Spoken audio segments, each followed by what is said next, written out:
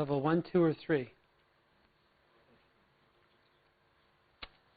What's your guess?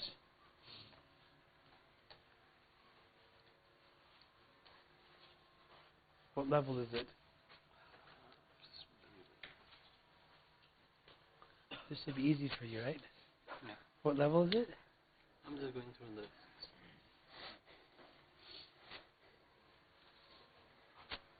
What's your answer?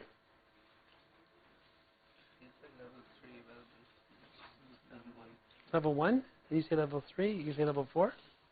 What did you say? I think it can't be classified as 1 because 35% was traded in the past.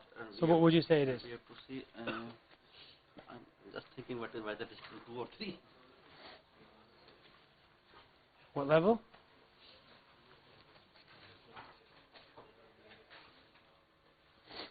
What's your answer?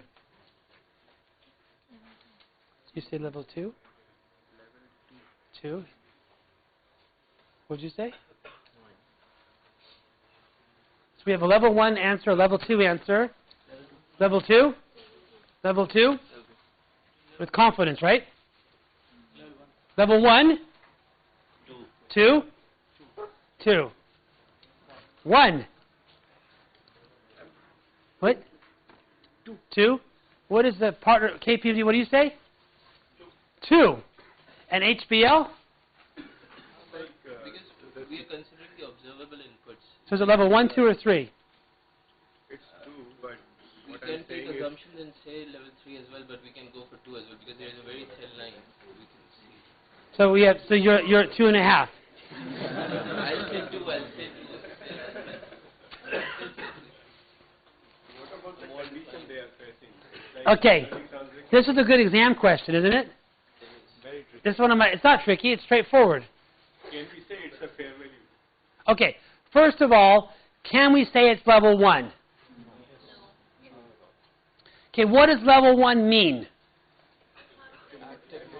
Level 1 means there's an active market and the price is clear from the market. So when you look at the concept of level 1 means there is no price ambiguity. Okay? So level 1 means that we make no adjustment. All right? So what I said to you in this question here is that these bonds trade between 20 and 35% of par. So what does this mean? So these bonds have a par value of 100,000 euros, and they trade between 25,000. What did I say? 20? So they trade between 20,000 to 35,000. Okay? This is sometimes referred to as the bid-ask spread. Now, is that a small spread or a big spread? Okay.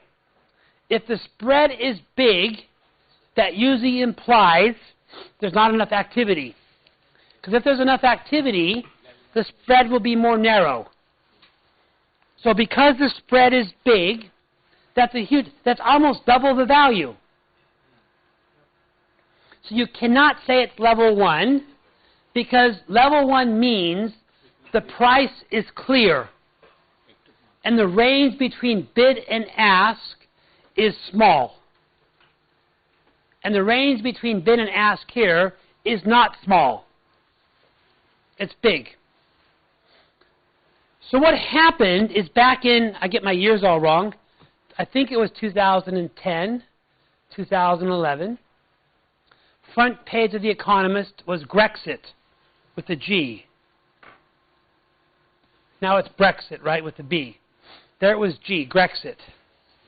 And there was a perception, because we just had the debt crisis in Europe. I'm not sure if you remember this. 2008 was a bad crisis. Then we had the pigs. Who were the pigs? Portugal. There's two I's: Italy, Ireland, Greece, and Spain. And obviously one of the pigs, the worst pig, was Greece. Because Greece lied about their numbers.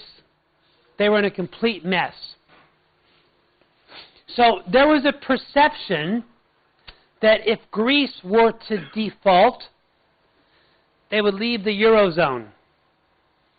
And there was a perception that if Greece left the Eurozone, Europe could have gone into a depression. Maybe you don't remember the period back then. Maybe Pakistan was in a different financial situation. But in Europe, in 2010, there was a fear of going back to like the 1930s, of a depression. So there was a perception that if Greece were to default, there would be catastrophic damage to other countries like Germany. And so you had investors. You've heard of George Soros? You haven't heard of George Soros? No, well, he's a hedge fund guy. George Soros was very famous because what he did in 1980 is he broke the pound. In 1980, the British pound was linked to the US dollar at a fixed exchange rate. And he bet against it so much that he broke it out of that mechanism. In 1980, he made billions of dollars. Now he's an old guy. He's a famous philanthropist. He's from Hungary. So Open University, he's very, very well known. He's a billionaire, a multi-billionaire. Not as rich as Bill Gates and those people, but he's still up there, 5, 10 billion, something like that. So not too poor. And what George Soros basically thought is, I'm going to buy these Greek bonds because Europe can't let Greece default. So I also got on the phone and I spoke to my mom, because my mom makes the decisions, right? I just told my dad, but really my mom is the one I have to speak to. I said, Mom, why don't you buy some of these Greek bonds? And my mom says, what? I go, I think you're going to get $100,000 out of them. You buy them for 30, we make 3 times the money. So I convinced my mom to buy some of these bonds. Because I said, listen, Angela Merkel, who is obviously the president of Europe, right? She runs all of Europe. I think her official title is the Chancellor of Germany, but at that time she was Europe's president, effectively. She called all the shots. And she made a statement. And she said that we are going to stick together in Europe, and Greece will not default. So people like George Soros, who had a bit more legal people than me, what he did is he bought bonds, but he was lucky because he bought bonds that were issued under UK law. So Greece, the Greek government could not basically write them off. And he went to court later to try to repossess Greek assets outside of the country, and he got paid in full. I bought bonds issued under Greek law because I didn't realize there were 2 types of bonds because I was stupid. But anyways, so, and the issue back in this era here was that banks were dumping these bonds because banks couldn't use them as collateral for the central bank, for their for the statutory reserves. There was limitations there. So a lot of the banks were getting rid of them because banks were the biggest holder of these bonds. Okay, so the question is, it's not level 1, the price range is too big. So the question is it level 2 or level 3? And you said level 2, right? All of you in the back said level 2. You said level 2 as well, right?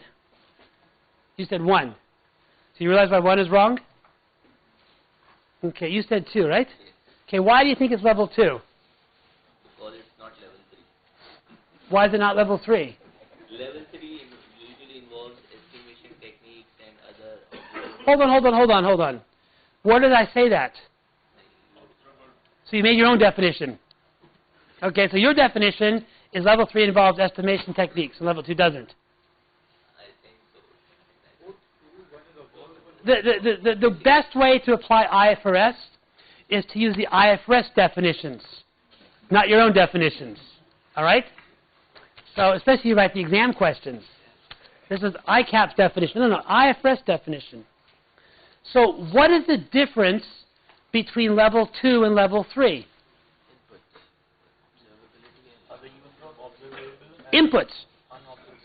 Okay. So you said it's level 2, right? So why do you say it's level 2? Because we have to observe the other conditions also that are prevailing in the market. Okay, what did you observe?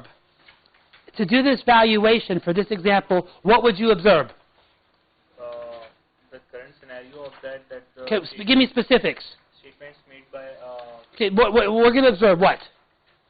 Probably LIBOR, right? The base rate. What else are we going to observe? Probably a credit spread, right? So if it's a C or it's a D, there's X basis points. 100 basis points is 1%. Are those observable? Yes. What else are you going to look at?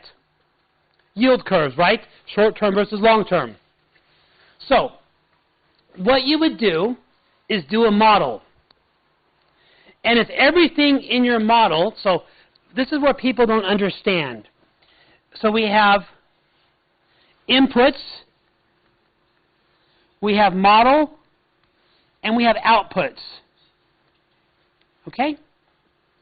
All that level 1 deals with are the inputs.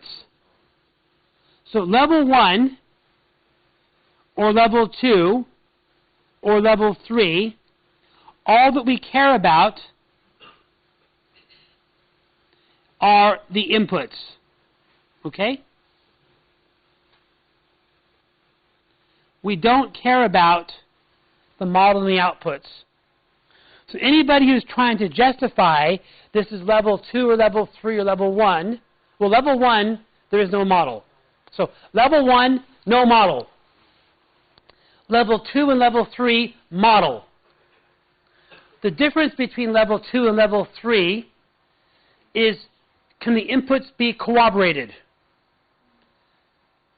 If the inputs cannot be corroborated, they are not observable. So in this question here, can all the inputs be checked? TK? Yes? You sure?